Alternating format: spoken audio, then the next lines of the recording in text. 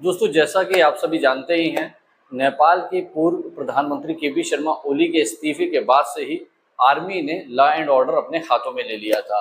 दोस्तों, अब आर्मी ने जेनजी प्रोटेस्ट के नेताओं से बात की है और आपस में सुशीला कार्की के नाम पर सहमति बनाई है। दोस्तों, नेपाल के युवाओं में खास लोकप्रिय वहाँ के काठमांडू के मेयर बालेन शाह ने भी एक्स पर पोस्ट कर सुशीला कार्की जी के नाम का समर्थन किया है। दोस्तों, सुशीला कार्की जी ने CNN न्यूज़ 18 एक हिंदी न्यूज़ चैनल को दिए एक इंटरव्यू में बताया कि वहाँ के युवाओं ने मुझ पर भरोसा किया है और मैं एक छोटे समय तक सरकार चलाऊंगी ताकि नेपाल में निष्पक्ष चुनाव कराए जा सकें। उन्होंने युवाओं ने मुझसे अनुरोध किया और मैंने यह स्वीकार कर लिया। दोस्तों, सवाल यह है कि जो नाम हम सुन रहे हैं सुशीला कार्की, ये हैं कौन? सुशीला कार्की इससे पहले नेपाल की पहली महिला मुख्य न्यायाधीश भी रह चुकी हैं। दोस्तों, उस दौरान इन्होंने करप्शन के खिलाफ जीरो टॉलरेंस रखकर काम किया और यही नहीं, वहां के कुछ बड़े नेताओं को भ्रष्टाचार के आरोप में जेल तक भेज दिया।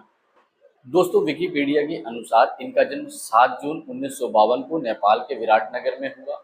दोस्तों, इन्होंने अपनी ग्रेजुएशन भी यहीं से की।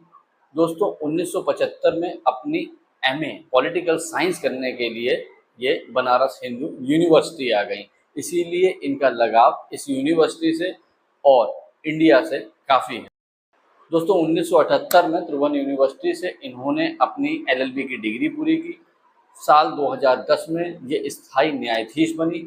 11 जुलाई 2016 से 6 जून 2017 तक ये नेपाल की पहली महिला चीफ जस्टिस रही। पहली चुनौती इनके सामने होगी जेनजी प्रदर्शनकारियों में मारे गए लोगों को न्याय दिलाना, उसकी निष्पक्षता से जांच कराना। दोस्तों, दूसरी चुनौती इनके सामने होगी 6 से 12 महीने में नेपाल में निष्पक्ष चुनाव कराकर लोकतंत्र स्थापित करना। तीसरी चुनौती इनके सामने होगी कि जो बड़े भ्रष्टाचारी मंत्री हैं उनकी संपत्ति की जांच कराना और भ्रष्टाचार के प्रति जीरो टॉलरेंस रखना। दोस्तों, चौथी चुनौती उनके सामने होगी कि युवाओं में जो असंतोष पैदा हुआ है उसको कम करना और युवाओं को रोजगार देना। दोस्तों, अब बात करेंगे भारत और नेपाल के रिश्तों पर। दोस्तों, अब हम समझेंगे कि भारत और नेपाल एक दूसरे के लिए क्यों महत्वपूर्ण है। दोस्तों, भारत नेपाल का सबसे बड़ा व्यापारिक साझेदार है। नेपाल की अधिकांश आवश्यक वस्तुएं जैसे ईंधन, दवाइयाँ, खाद्य पदार्थ और मशीनरी भारत से आती है। इसके अलावा नेपाल भारत के बंदरगाहों के जरिए अपना विदेश व्यापार करता है क्योंकि नेपाल एक लैंडलॉक कंट्री है। दोस्तों, नेपाल भारत के 5 राज्यों उत्तराखंड, उत्तर प्रदेश, पश्चिम बंगाल, सिक्किम और बिहार के साथ सीमाएं साझा करता है।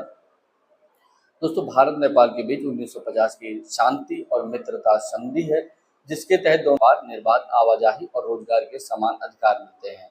दोस्तों, नेपाल भारत के लिए एक सामरिक रूप से महत्वपूर्ण बफर राज्य है और जो चीन से भारत की हिमालय सीमाओं की रक्षा करता है। दोस्तों, भारत ने नेपाल में बुनियादी ढांचे, सड़क, रेल, बिजली जैसे विकास कार्यों में भी सहयोग किया हुआ है। दोस्तों, भारत और नेपाल के संबंध कितने घनिष्ठ हैं इसको आप इस बात से समझ सकते हैं कि भारत में नेपाल के 30 से 35 हजार गोरखा सैनिक आज भी इंडियन आर्मी में है। दोस्तों, नेपाल के आर्मी जनरल को भारत में भी ऑनररी जनरल माना जाता है और भारत के भी आर्मी चीफ को नेपाल में ऑनररी आर्मी चीफ माना जाता है।